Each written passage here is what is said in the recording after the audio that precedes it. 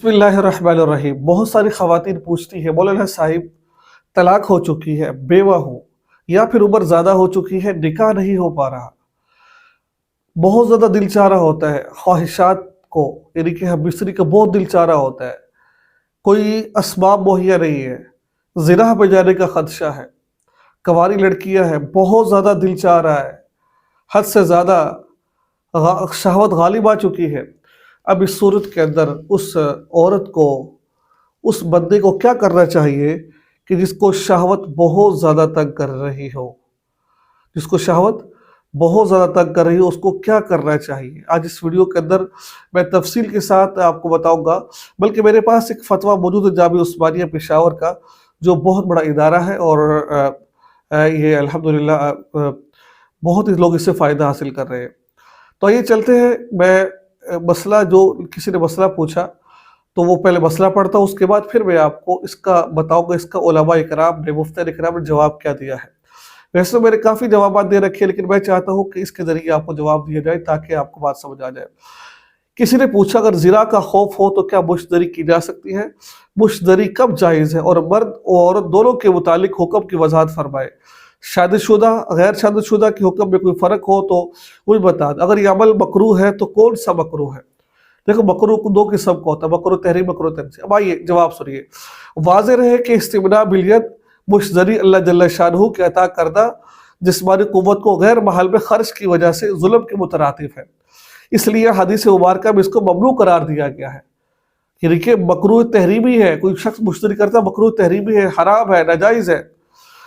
अगर कोई शख्स मर्द हो या औरत हो, शादीशुदा हो, गैर शादीशुदा हो, लज्जत हासिल करने के लिए मुश्तरी करता है तो इसके लिए इसका फेल इर्तिकाब, ये काम करना मकरूह तहरीमी है। तहम अगर कोई शख्स शहवत से इतना मगलूब हो जाए कि बगैर मुश्तरी के ज़िना में पड़ जाने का कभी अंदेशा हो, तो ज़िना चूँकि इससे बड़ा जुर्म हो और गुनाह है, इसलिए ज़िना से बचने की खातिर ऐसे वक़्त में मुश्तरी करने वाले के मुतालिक उम्मीद की जा सकती है कि इस पर इसका मुआखज़ा पकड़ना होगा।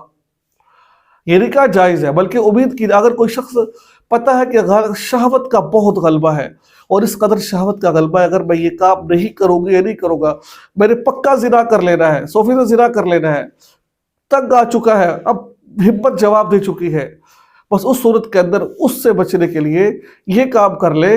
क्यों भाई? इसलिए कि ज़िना एक बड़ा है, गुनाह तो ये भी है, ये नहीं करा गुनाह नहीं है, लेकिन उम्मीद की जा सकती है अल्लाह तबारक व तआला इसकी पकड़ नहीं करेंगे, इसको जो कुछ नहीं कहेंगे। अच्छा, मैं आपको चंद दलाइल भी आपको इस में दूंगा आपको मैं। आगे है, अगर शोहर अपनी बीवी से ये खिलाफ फितरत का फेल करवाए। देखिए, एक तो है कि बंदा खुद कर रहा है, औरत खुद कर रही है मुश्तरी, तो ये तो अलग, ये उसके लिए है। एक है कि अगर बीवी शोहर की मुश्तरी कर रही, ये भी जायज़ नहीं है, लेकिन ये मकरूह तंज़ीही है, ये हल्का गुनाह है। मकरूह तहरीमी बड़ा गुनाह है। इसके जो सारा ये हवाले भी लिखे हुए हैं कि वमा मलकत ऐमानुहुम, ठीक है। इसके अलावा और भी हवाला लिखा हुआ है, दुर्र मुख्तार जिल्द नंबर 3 सफ़ा नंबर 371 और सूरह मोमिन आयत नंबर 6 सफ़ा नंबर 106।